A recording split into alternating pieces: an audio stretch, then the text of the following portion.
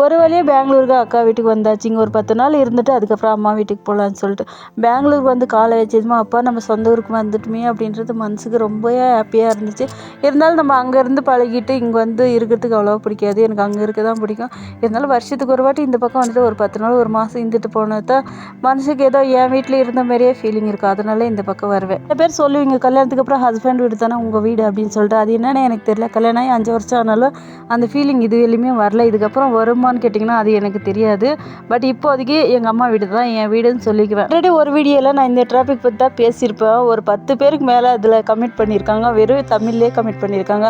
அவங்க நல்லதாக கமெண்ட் பண்ணியிருக்காங்களா பேடாக கமெண்ட் பண்ணியிருக்காங்களா எனக்கு சத்தியமாக தெரியல. கமெண்ட் பண்ணணும்னு நினச்சிங்க இங்கிலீஷில் மட்டும் கமெண்ட் பண்ணுங்கள் ப்ளீஸ். எனக்கு படிக்க தெரியாது தமிழில். மறுபடியும் சொல்கிறேன், எனக்கு தமிழ் படிக்கவே தெரியாது. அப்புறம் காலையில் பிரேக்ஃபாஸ்ட் என்னென்னு பார்த்துடலாமா? காலையில் 8 மணிக்கு தான் எழுந்து போய் குளிச்சுட்டு பிரெட் இருந்துச்சு, மொட்டை இருந்துச்சு, பிரெட் டோஸ்ட் போட்டு ஆம்லெட் போட்டு 3 பேரும் சாப்பிட்டு முடிச்சிட்டோம். இன்னொரு வீடியோ